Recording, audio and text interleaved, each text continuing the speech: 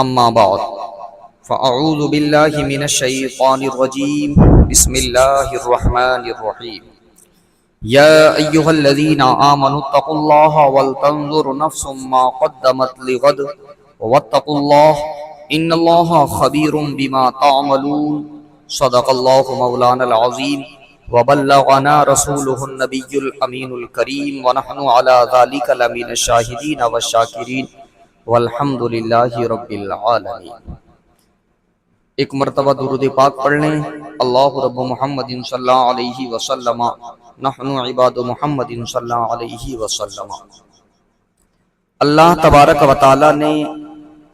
کلام پاک میں ارشاد فرمایا، یا ایھا الذین آمنوا اتقوا اللہ، اے ایمان والو اللہ سے ڈرو، ولتنظر نفس ما قدمت لغد، اور ہر شخص کو دیکھنا چاہیے کہ اس نے کل کے لیے آگے کیا بھیجا۔ واتقوا اللہ، اور اللہ سے ڈرو، ان اللہ خبیر بما تعملون، بے شک اللہ تبارک و تعالی خبر رکھنے والا ہے ہر اس چیز کی جو تم کرتے ہو۔ میرے عزیزوں، رمضان المبارک اپنی تمام تر رحمتوں اور برکتوں کے ساتھ جلوہ فگن ہوا اور بڑی تیزی سے ہمارے درمیان سے رخصت بھی ہو گیا۔ رمضان المبارک کے برکت والے دن اور رات ختم ہو چکے، عبادتوں کا موسم بہار رخصت ہو چکا، نیکیوں اور فرمانبرداری اور طاعات کا نورانی ماحول مکمل ہو چکا۔ لیکن میرے عزیزوں، یہ حقیقت ہے کہ رمضان المبارک صرف ایک مہینے کی عبادت کروا کر چلے جانے کے لیے ہمارے درمیان میں نہیں آیا تھا، چند دنوں کے نماز روزہ کا پابند بنانے کے لیے نہیں آیا تھا، اور نہ ہی موسمی اور رواجی مسلمان بنا کر مسلمانوں کی فہرست میں نام درج کرانے کے لیے آیا تھا، بلکہ رمضان المبارک کے ذریعے بندہ مومن کی جو تربیت کی جاتی ہے اور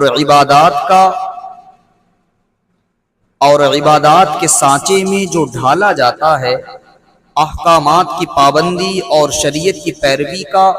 جو بندے کا ذہن بنایا جاتا ہے، منمانی زندگی چھوڑ کر رب چاہی زندگی گزارنے کے ذوق کو جو پروان چڑھایا جاتا ہے، اس کو ہمیشہ ہمیش کے لیے مضبوط کرنے کے لیے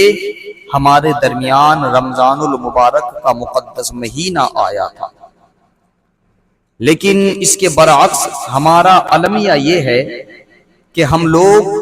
عبادتوں کو صرف ایک مہینے کے ساتھ خاص کر لیتے، سال بھر کی عبادتیں صرف رمضان میں بجا لانے کی کوششیں ہم کرتے ہیں۔ ہم یہ سمجھتے ہیں، ہم یہ چاہتے ہیں کہ ماہ رمضان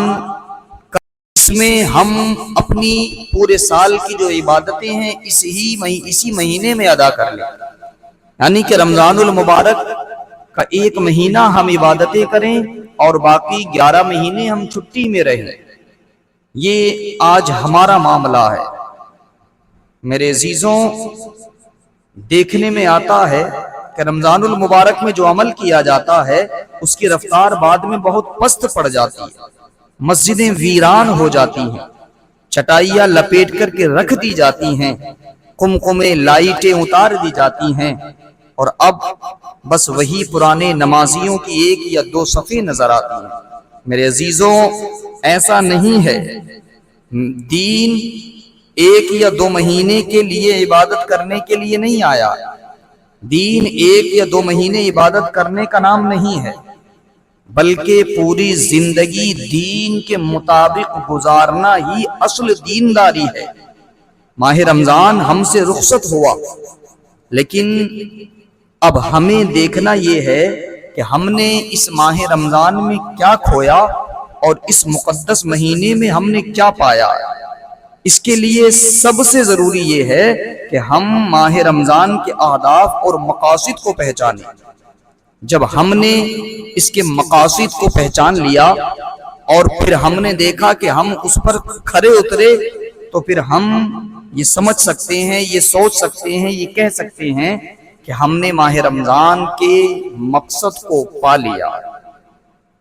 قرآن کریم میں اللہ تبارک و تعالیٰ نے ماہ رمضان کے روزوں کو فرض کرنے کی حکمت تقویٰ کے ساتھ متصف فرمائی ہے، یعنی کہ اللہ نے جو یہ مسلمانوں پر روزے فرض کیے، اس کی وجہ اللہ نے یہ فرمائی کہ یہ روزوں کو اس لیے فرض کیا لعلکم تتقون، اے ایمان والو ہم نے تم پر روزوں کو اس لیے فرض کیا تاکہ تم پرہیزگار بن جاؤ، تاکہ تم دیندار بن جاؤ۔ یعنی روزے رکھ کر انسان کا دل، سوچ سمجھ، انداز و اخلاق اور کردار سب کچھ اس طرح بدل جائے کہ رمضان کے بعد ایک نئی اور صالح زندگی کا حامل بن جائے، اور زندگی میں ایک طرح کا انقلاب برپا ہو جائے کہ اگر وہ رمضان سے قبل سودی معاملات کا کاروبار کرتا تھا تو اب وہ توبہ کر لے اور اس کی طرف مڑ کر بھی نہ دیکھے۔ خدا نخواستہ اگر کوئی شراب نوشی کا عادی تھا، کوئی شراب نوشی میں ملوث تھا، تو اب اس سے نفرت پیدا ہو جائے۔ دھوکہ دہی، کذب بیانی، ظلم و زیادتی، حسد، غیبت اور دوسرے گناہوں سے توبہ و استغفار کے ذریعے اپنے آپ کو پاک اور صاف کر لے اور دوبارہ ایسی معصیت کا ارتکاب ہرگز نہ کرے۔ فرائض و نوافل کا ایسا خوگر بن جائے کہ ان کے بغیر رات میں نیند نہ آئے اور دن میں چین اور سکون نمازوں کے بغیر اس بندہ مومن کو نہ ملے۔ اگر یہ کیفیات دل میں پیدا ہو گئیں اور زندگی میں ایسا تغیر پیدا ہو گیا، یہ تغیر آ گیا، تو سمجھنا چاہیے کہ رمضان کا مقصد حاصل ہو گیا اور اس نے اللہ تبارک و تعالیٰ کی رضا کو پا لیا، ورنہ بظاہر رمضان کا مہینہ ہم نے پایا اور کچھ اس سے حاصل کیے بغیر وہ ہمارے درمیان سے رخصت ہو گیا، جو اہل ایمان کے لیے سب سے بڑی مایوسی کا سبب ہے۔